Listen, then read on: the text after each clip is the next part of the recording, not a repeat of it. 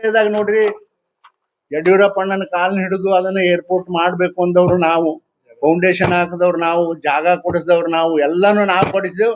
ನಾವು ರೆಡಿ ಮಾಡಿಟ್ಟ ಮೇಲೆ ಈಗ ಏನ್ ಮಾಡ್ಯಾರ, ನಾವು ಒಂದಿಟ್ಟು ರೊಕ್ಕ ಕೊಡ್ತೇವೆ ಹಟ್ಟು ಬಾಗಿಲ ಮಾಡ್ಯಾರ. ಆದ್ರೆ ಯಾರ್ಯಾರೇ ಮಾಡ್ಲಿ, ಏನಾರೇ ಮಾಡ್ಲಿ, ನಾವು ಭಾರತೀಯ ಜನತಾ ಪಕ್ಷ ಮಾಡದಂತೂ ನಿಜ ಅದ.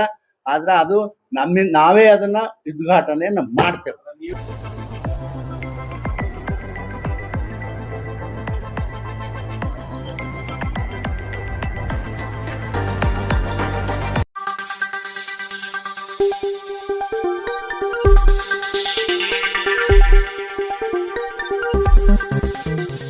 यस न्यूज में आप सभी दर्शकों का स्वागत है। मैं आपके साथ इलियास बड़ेघर।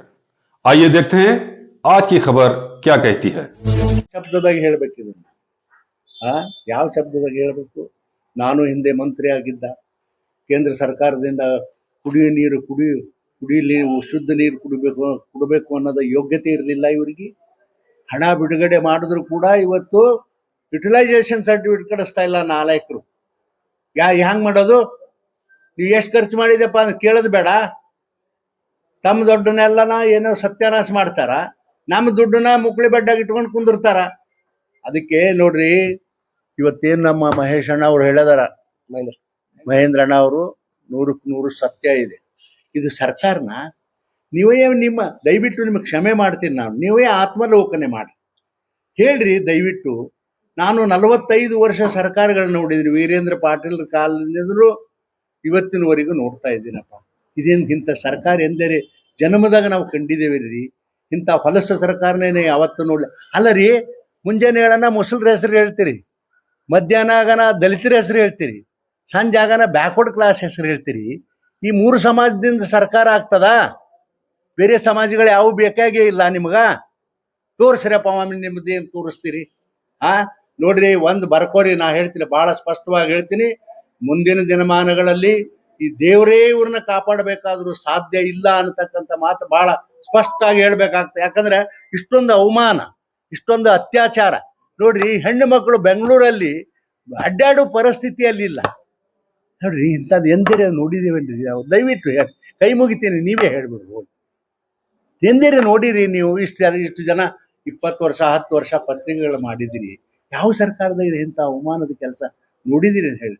ಅಲ್ರಿ, ಮುಂಜಾನೆ ದಲಿತರ ಹೆಸರು ಹೇಳ್ತೀರಿ, ದಲಿತರ ಹಂಡಿ ತಿಂದ್ರಿ, ಮುಸಲ್ಮಾನರ ಹೆಸರು ಹೇಳ್ತೀರಿ, ಅವ್ರದ್ದು ತಿಂದ್ರಿ, ಬ್ಯಾಕ್ವರ್ಡ್ ಕ್ಲಾಸ್ನಾಗ ಹೇಳ್ತೀರಿ, ಅವ್ರದ್ದು ತಿಂದ್ರಿ, ಎಷ್ಟಿ ತಿಂದ್ರಿ. ಯಾರು ಉಳ್ದಾರ್ರಿ? ಬಾಕಿ ಯಾರು ಉಳ್ದಾರ ಹೇಳಿ? ದಯವಿಟ್ಟು ಹೇಳಿ. ಅದಕ್ಕೆ ನಿಜವಾಗಿ ನಮಗಂತೂ ತುಂಬಾ ಈ ಸರ್ಕಾರ ಅಂತೂ ಯಾವ ಕಾರಣಕ್ಕೂ ಜನ ಇನ್ನೇನು ಸರ್ಕಾರಕ್ಕೆ ಸಹಕಾರ ಮಾಡೋದಿಲ್ಲ. ಮುಸಲ್ಮಾನರಿರಲಿ, ದಲಿತರಿರಲಿ, ಬ್ಯಾಕ್ವರ್ಡ್ ಕ್ಲಾಸ್ ಇವ್ರೇನೋ ಬರೀ ಒಂದು ಜಾತಿಯಿಂದ ರಾಜಕಾರಣ ಮಾಡ್ಬೇಕತ್ತಾರ, ಬೇರೆ ಬೇರೆ ಜಾತಿಗಳಿಗೆ ಜಗಳ ಹಚ್ಬೇಕತ್ತಾರ. ಏನು ಸಾಧ್ಯ ಆಗೋದಿಲ್ಲ. ಸತ್ಯವಾಗಿ ಹೇಳ್ತೀನಿ, ಮುಂದಿನ ಚುನಾವಣೆ ನಾಳೆನೇ ಆಗಲಿ, ಇನ್ನ 2 ವರ್ಷ ಬಿಟ್ಟಾಗಲಿ, 2 ವರ್ಷ ಬಿಟ್ಟಾಗಲಿ, ಖಂಡಿತ ಯಾವ ಕಾರಣಕ್ಕೂ ಈ ಸರ್ಕಾರ ರಾಜ್ಯದಲ್ಲಿ ಅಧಿಕಾರಕ್ಕೆ ಬರೋದಿಲ್ಲ ಅನ್ನತಕ್ಕಂಥ ಬಹಳ ಸ್ಪಷ್ಟವಾಗಿ ನಾ ಹೇಳ್ತೀನಪ್ಪ. ಅಷ್ಟೇ.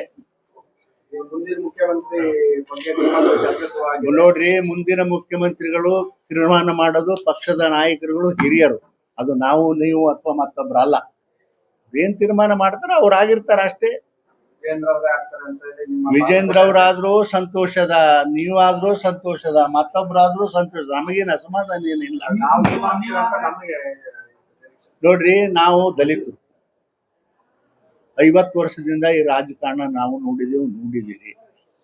ದಲಿತರಿಗೆ ಮಾಡ್ಬೇಕು ಅನ್ನೋದು ಬಬ್ಬೆ ನಂದಂತೂ ಕಾಯಂ ಸಾಯುತ್ತನೋ ಇರುವುದೇ. ಆಡ್ಲಿ ಬಿಡ್ಲಿ, ಈಗೂ ನಾ ಹೇಳ್ತೀನಿ, ದಲಿತರು ಈ ರಾಜ್ಯಕ್ಕೆ, ನಾನಂತಲ್ಲ, ಯಾರೋ ಒಬ್ಬ ನಮ್ಮ ದಲಿತ ಒಬ್ಬ ಈ ರಾಜ್ಯಕ್ಕೆ ಮುಖ್ಯಮಂತ್ರಿ ಆಗಲಿ. 75 ವರ್ಷ ಆದ್ರೂ ಎಲ್ಲಾ ರಾಜ್ಯಗಳಲ್ಲಿ ಮುಖ್ಯಮಂತ್ರಿಗಳಾಗುವರೆ, ಈ ಕರ್ನಾಟಕದಲ್ಲಿ ಒಬ್ಬ ದಲಿತ ಮುಖ್ಯಮಂತ್ರಿ ಆಗಲಿ ಅನ್ನೋದು ನನ್ನ ಆಶೆ ಅದಪ್ಪ. ಅಷ್ಟೇ. ಮಾಡ್ತದೋ ಬಿಡ್ತೋ ಪಕ್ಷ ನನಗ್ ಬಿಟ್ಟದ್ದಲ್ಲ. ನನ್ನ ಆಶೆ ಏನೇನು ಇಲ್ಲ. ನನ್ನ ಜೀವನದಲ್ಲಿ ದೇವ್ರ ಎಲ್ಲನೂ ಕೊಟ್ಟಾನ. ನಾನು ಯಾರಿಗೂ ಕೈ ಒಡ್ಲಾರ್ದೇನೆ ಲಕ್ಷಾಂತರ ರೊಕ್ಕ ನನಗೆ ಕೊಟ್ಟಾನ, ನನ್ನ ಆಸ್ತಿ ಕೊಟ್ಟಾನ, ನನ್ನ ಮಕ್ಕಳು ಕೊಟ್ಟಾನ. ಆದ್ರೆ ನನಗೆ ಯಾವುದು ಬಾಕಿ ಇಲ್ಲ ಜೀವನದಲ್ಲಿ. ಕೇಂದ್ರದಲ್ಲಿಯೂ ಮಂತ್ರಿ ಆಗೀನಿ, ರಾಜ್ಯದಲ್ಲಿ 19 ವರ್ಷ ಮಂತ್ರಿ ಆಗಿ ಮಾಡಿದ್ದೀನಿ. 45 ವರ್ಷ ಒಬ್ಬ ದಲಿತ ಮನುಷ್ಯ ಬಿಜಾಪುರ ಜಿಲ್ಲೆಯಲ್ಲಿ ರಾಜಕಾರಣ ಮಾಡೀನಿ. ಇಲ್ಲಿ ಬಿಟ್ಟು ಚಿಕ್ಕೋಡಿಗೆ ಹೋಗಿದ್ದೀನಿ. ಚಿಕ್ಕೋಡಿನಲ್ಲಿ 3 ಚುನಾವಣೆ ಹೆದರ್ಸಿನಿ, 3 ಬೇರೆ ಬೇರೆ ಪಕ್ಷಗಳಿಂದ ಹೆದರ್ಸಿನಿ. ಗಂಡಸರು ಮಾಡ್ತಾರ ಯಾರೇ? ಆದ್ರೆ ನೋಡ್ರಿ ನನ್ನ ವೈಯಕ್ತಿಕವಾಗಿ ನಾನು ಏನೂ ಬಿಡೋದಿಲ್ಲ, ನನ್ನ ಸಮಾಜಕ್ಕೋಸ್ಕರ ಬಿಡ್ತೀನಿ ಅಷ್ಟೇ. ನೋಡ್ರಿ ಸಿಎಂ ಮಾಡೋದು ಬಿಡೋದು ನಮ್ಮ ಪಕ್ಷದವ್ರಿಗೆ ಬಿಟ್ಟದ್ರಿ, ನಾವ್ಯಾರು ಕೇಳಕ್ ಅದನ್ನ. ನಾವು ನಮ್ಮ ಅಭಿಪ್ರಾಯ ನಾವು ಹೇಳ್ತೇವೆ ಅಷ್ಟೇ, ಮಾಡ್ತಾರೋ ಬಿಡ್ತಾರೋ ಆ ಮಾತು ಬೇರೆ. ಸರಿ, ಈಗ ಕೈ ಮುಗಿತೀನಿ. ಬಜೆಟ್ ದಯವಿಟ್ಟು ಅಣ್ಣಾರ, ಬಜೆಟ್ದು ಇವತ್ತು ಬೇಡ, ಇದನ್ನ ಮುಗಿಸ್ರಿ. ನಮ್ಮ SC ಇದು ನಾನೆಲ್ಲ ರೆಡಿ ಮಾಡ್ಕೊಂಡ್ ಬಂದೀನಿ. ಒಂದೆಲ್ಲ ಸ್ನೇಹಿತರು ನಾನು ತೋಟದಾಗರೆ ಇಲ್ಲರೆ ಅಲ್ಲರೆ ಎಲ್ಲರೆ ಸೇರೋಣ, ಆರಾಮಾಗಿ ಊಟ ಮಾಡೋಣ, ಆಮೇಲೆ ಪತ್ರಿಕೆ ಧನ್ಯವಾದ. ಬಿಜಾಪುರಕ್ಕೆ ಬಿಜೆಪಿ ಸರ್ಕಾರದ ಸ್ಕೀಮ್ಗಳೆಲ್ಲ ಕಾಂಗ್ರೆಸ್ನವರು ಹೈಜಾಕ್ ಮಾಡ್ತಾ ಇದ್ದಾರೆ ಅನ್ನೋ ಆರೋಪ. ನಮಗೆ ವಿಮಾನ ನಿಲ್ದಾಣ ಮಾಡಿದ್ರು, ವಿಮಾನ ನಿಲ್ದಾಣ ಇನಾಗ್ರೇಷನ್ ಆಗ್ತಾ ಇಲ್ಲ. ಎರಡನೇದ್ದು, ಒಂದೇ ಭಾರತ ಟ್ರೈನ್ ಜಿಲ್ಲೆಗೆ ಒಂದು ಕೊಡ್ತೀನಿ ಅಂತ ಅಶ್ವಿನಿ ವೈಷ್ಣವ್ ಹೇಳ್ತಾರೆ. ಇಲ್ಲಿ ಸಚಿವರು ಕೂಡ ಮನವಿ ಕೊಟ್ಟು ನಾವು ಅಣ್ಣವ್ರೆ ನೋಡ್ರಿ, ಕಾಂಗ್ರೆಸ್ನ ಮುಖಂಡರಷ್ಟು ಮನಸ್ಸ ನಮ್ದು ಸಣ್ಣದಿಲ್ಲ. ಒಂದೇ ಮಾತು ಹೇಳ್ತೀನಿ, ಆಯ್ತು ಕಾಂಗ್ರೆಸ್ನವರು ಈ ಜಿಲ್ಲೆ ಅಭಿವೃದ್ಧಿ ಆಗಬೇಕು ಅಂತ ಹೇಳಿ ನೀವು ಬಯಸ್ರಿ, ನಮ್ದೇನು ತಪ್ಪಿಲ್ಲ. ಆದ್ರೆ ಒಂದ್ ಜರ ಸೌಜನ್ಯತೆನೂ ಇರಬೇಕು. ನಾವು ಹೆಂಗೆ ಹೇಳ್ತೇವೆ, ಹೌದಪ್ಪ ಹೌದು ಕಾಂಗ್ರೆಸ್ ಜಿಲ್ಲಾ ಮಂತ್ರಿಗಳದಾರ, ಕಾಂಗ್ರೆಸ್ ಸರ್ಕಾರ ಅದ, ಜಿಲ್ಲೆ ಅಭಿವೃದ್ಧಿ ಸಲುವಾಗಿ ಪ್ರಯತ್ನ ಮಾಡ್ತಾರ ಅಂತ ನಾವು ಹೇಳ್ತೇವೆ. ನೀವು ಒಂದು ಸ್ವಲ್ಪ ಹೇಳ್ರಲ್ಲ. ನಾನು 2025 ಟ್ರೈನ್ ಬರೋದ್ರಾಗ ನಾ ಪತ್ರ ಬರ್ದೀನಿ, ನಾನು ಬಿಜಾಪುರ ಜಿಲ್ಲೆಗೆ ಬೇಕು ಅಂತ ಹೇಳಿ. ಬೇಕಾದ್ರೆ ನಾಳೆ ನಾ ತಂದು ನಿಮಗೆ ಕೊಡ್ತೀನಿ ಎಲ್ಲರಿಗೂ ಒಂದು ಪತ್ರ. ನಾ ಮುಂಚೆನೆ ಹೇಳಿನಿ ಇದನ್ನ. ಆದ್ರೆ ಇವತ್ತು ಪಾಪ ಅವ್ರು ಹೇಳ್ಕೋತಾರೆ ಜಿಲ್ಲೆ ಅಭಿವೃದ್ಧಿ ಸಲುವಾಗಿ, ನಾವು ಅವ್ರಿಗೆ ಕೈ ಜೋಡಿಸ್ತೇವೆ, ಆಯ್ತಾ. ಆದ್ರೆ ಅವ್ರು ನಮ್ಮ ಕೈ ಜೋಡಿಸ್ಬೇಕು. ಆಮೇಲೆ ಏರ್ಪೋರ್ಟ್ ವಿಷಯದಾಗ ನೋಡ್ರಿ, ಯಡಿಯೂರಪ್ಪಣ್ಣನ ಕಾಲನ್ನ ಹಿಡಿದು ಅದನ್ನ ಏರ್ಪೋರ್ಟ್ ಮಾಡ್ಬೇಕು ಅಂದವ್ರು ನಾವು, ಫೌಂಡೇಶನ್ ಹಾಕಿದವ್ರು ನಾವು, ಜಾಗ ಕೊಡಿಸಿದವ್ರು ನಾವು, ಎಲ್ಲಾನು ನಾವು ಕೊಡಿಸಿದೆವು. ನಾವು ರೆಡಿ ಮಾಡಿಟ್ಟ ಮೇಲೆ ಈಗ ಏನ್ ಮಾಡ್ಯಾರ, ನಾವೊಂದಿಟ್ಟು ರೊಕ್ಕ ಕೊಡ್ತೇವೆ, ಟ್ರಟ್ ಬಾಗಿಲ ಮಾಡ್ಯಾರ. ಆದ್ರೆ ಯಾರ್ಯಾರೇ ಮಾಡ್ಲಿ, ಏನಾರೇ ಮಾಡ್ಲಿ, ನಾವು ಭಾರತೀಯ ಜನತಾ ಪಕ್ಷ ಮಾಡದಂತೂ ನಿಜ ಅದ.